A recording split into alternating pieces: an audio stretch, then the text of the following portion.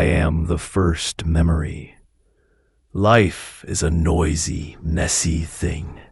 It grows, it rots, it screams, and it sings. Most love the song, but some prefer the silence. Deep beneath the roots, where the stone is calculated and the shadows are hungry, sits the Order. They do not see the forest as a sanctuary. They see it as a disease, a chaos that must be cured.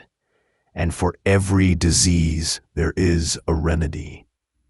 He is the ash-bound, a weapon of petrified wood and obsidian glass. He has no heart to break, no lungs to tire, and no memory of the man he used to be. For 10 years he have been a statue. But the Heartwood has woken up, and now so has he. If you are still lost in the green, you are not ready for the gray. Return to the beginning. For the rest of you, don't breathe. This is Chapter 5, The Ashbound. Deep within a vault of calculated stone, the silence was absolute. It did not resemble the tranquil quiet of a forest at ease. This was a heavy, artificial stillness that possessed a physical weight. Every wall had been carved from seamless blocks of obsidian, meeting at angles so sharp they seemed to slice the very air. Light did not bounce in this chamber. The dark, polished surfaces were greedy. They swallowed every stray flicker until only a suffocating, matte black remained. Time had no meaning in this lightless depth. No wind arrived to carry the scent of soil, and no water existed to carve a path through the stone. Only the Order remained, frozen and perfect. In the absolute center of the chamber stood the Hunter, a statue that happened to be standing. His frame was a combination of gray ash and petrified ironwood. This body was as hard as bedrock and as cold as a winter star. Breath was a forgotten luxury. The rhythm of a heartbeat had become a discarded relic of a life long forgotten. For a decade, his consciousness had remained a perfect and featureless void. He acted as a mirror that reflected only the lightless walls around him. The vault held a masterpiece of the stillness. Every line of the Hunter's form was intentional. Plate by plate, his bark armor followed a mathematical symmetry that allowed for no flaw. The Hunter did not feel the ache of old joints or the creeping fatigue of the soul. He was the cure for the forest's chaos, the silence that waited at the end of every song. Around him, the vault remained a tomb of measured precision. No dust danced in the air. No shadows flickered. As the anchor of this small, sterile kingdom, the Hunter was a sentinel of stone, waiting for the world to stop turning. A state of unyielding pause defined his existence. A place where the only truth was a total lack of movement. He was the final breath of a dying world, held forever in a throat of ash. Even the weapon at his side was a testament to this rigid peace. It was a blade of black glass, unmoving and sharp, forged from the same obsidian as the walls. It had never been blooded. It had never been swung.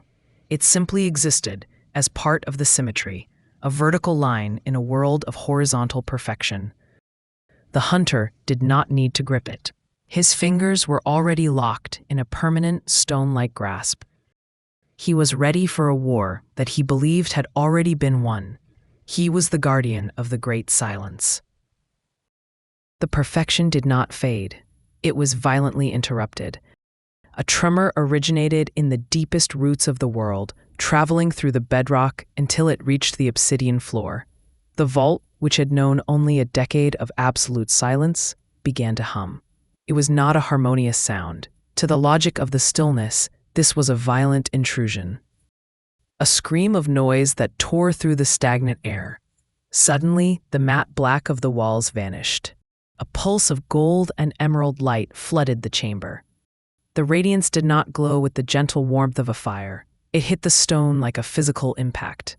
It was a shockwave of raw, untamed potential that stained the dark surfaces with the vibrant colors of a world the vault was built to exclude.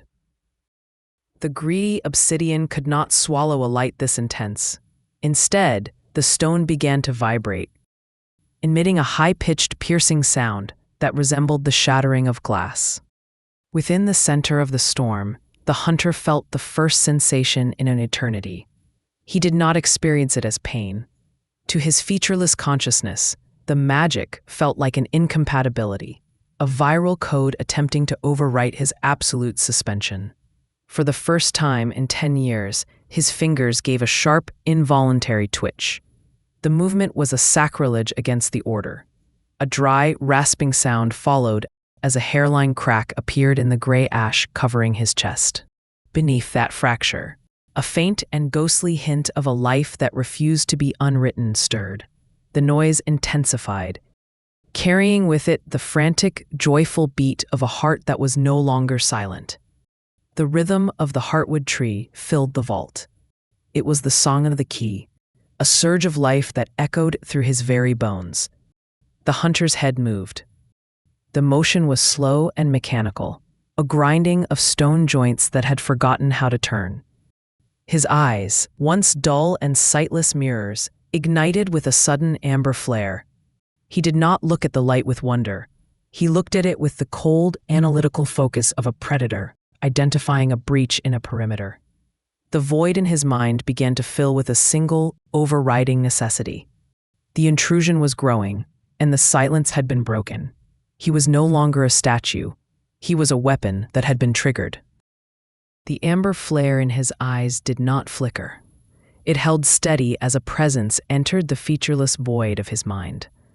This was not a sound heard with ears. It was a sharpened thought, a cold and clinical order that originated from a height he could not comprehend. The noise of the Heartwood tree continued to batter the vault, but the internal voice was louder. It was the only truth that mattered. Words bloomed in his consciousness like frost on glass. "The balance has been violated," the thought announced. The tone lacked the heat of anger, carrying instead the weary weight of immense power and control. A lingering distortion has returned to the Heartgrove. The song is a contagion. It seeks to spread the sickness of growth back into the soil. The hunter remained motionless as the instructions were etched into his soul. Every syllable directed at his core, directing a line of logic that narrowed his world to a single point. He did not ask why the forest was considered a disease. The warmth of a forgotten sun had long since been replaced by the cold logic of the vault. To this creature of ash, the world was a complex equation that had suddenly become unbalanced. He only knew one thing. He was the correction. "The surge has a vessel," the voice continued, sharper now. "A key has turned in the lock. Find the source of the interference. Locate the girl." A phantom image flickered in his mind. A girl with dark, watchful eyes and a hand that could make the gray earth turn green. To the hunter, she was not a person. She was a security breach. She was a surge of static that threatened the perfect peace of the great silence. "Quiet the noise," the command concluded. "Restore the stillness. Enforce the silence." The mental connection severed as abruptly as it had arrived. Only the echoes remained, vibrating within his stone-bound core. The hunter felt no fear and no hesitation. He possessed only the cold, unyielding momentum of a falling mountain. The void in his mind was gone, replaced by a map of the Elderbranch that highlighted every ripple of life magic as a target. His hand moved, with a sound like grinding bedrock. His fingers tightened around the hilt of the obsidian blade. He did not feel the weight of the weapon. He felt only the necessity of its use. The hunt had been authorized.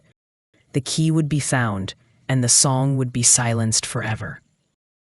Grinding like tectonic plates, shifting after an age of peace, The hunter's joints protested the requirement of movement. Every step across the obsidian floor was a heavy declaration, a rhythmic thud that vibrated through the calculated stone. He moved toward the arched exit with a mechanical grace that lacked any hint of human hesitation. The vault, once a sanctuary of stillness, was now a corridor leading to a task. A jagged breach in the seamless wall stopped him. The emerald surge had done more than vibrate the air. It had fractured the very perfection of the chamber. Tucked deep within the newly formed crack, a glint of metal caught the fading light. It was a locket of tarnished silver, a circular fragment of a past that had been systematically entombed behind the stone. An elegant spiral was etched into the metal. The amber flare in his eyes flickered, then stuttered. As his gaze snagged on the tarnished silver locket, a high-pitched ringing erupted in his ears. The sound of the stillness cracking. His fingers, locked in their permanent grasp, gave a sharp and involuntary tremor. The hairline crack in the ash on his chest deepened. A soundless whisper tried to breach the silence, a name he was no longer permitted to know. A smell invaded the sterile, airless vault. It wasn't the scent of ash. It was the impossible, muddy perfume of rain on crushed leaves. The hairline fracture on his chest didn't just deepen. It split with a dry, splintering crack, shedding a fine dusting of gray ash onto the floor. His fingers, fused to the hilt of his blade, spasmed once. For a terrifying second, the hunter wasn't a weapon. He was a man whose skin was too tight, whose lungs were trying to remember how to expand against a cage of stone. Logic returned with the speed of a closing trap. The order from the absolute exerted its pressure, smothering the flicker of recognition before it could take root. The hunter withdrew his hand. He paused. The locket was a contamination, a tool of the dissonance that had breached the vault. To leave it was to leave a flaw in the symmetry. That was the calculation his mind provided, a cold justification for an action that felt dangerously like a choice. His petrified fingers reached into the jagged breach. As they closed over the silver, the metal felt impossibly light. Yet it weighed more than the obsidian blade at his side. He did not look at the spiral etching again. With a mechanical motion, he tucked the locket into the space beside his belt. His fingers shifted to the weapon at his side. He gripped the hilt of the obsidian blade, feeling the familiar weight of the glass. Preparation was complete. The task was clear. And the target was identified. He turned his back on the empty breach and stepped into the shadows of the corridor. Emerging from the lightless passage, the hunter reached the threshold.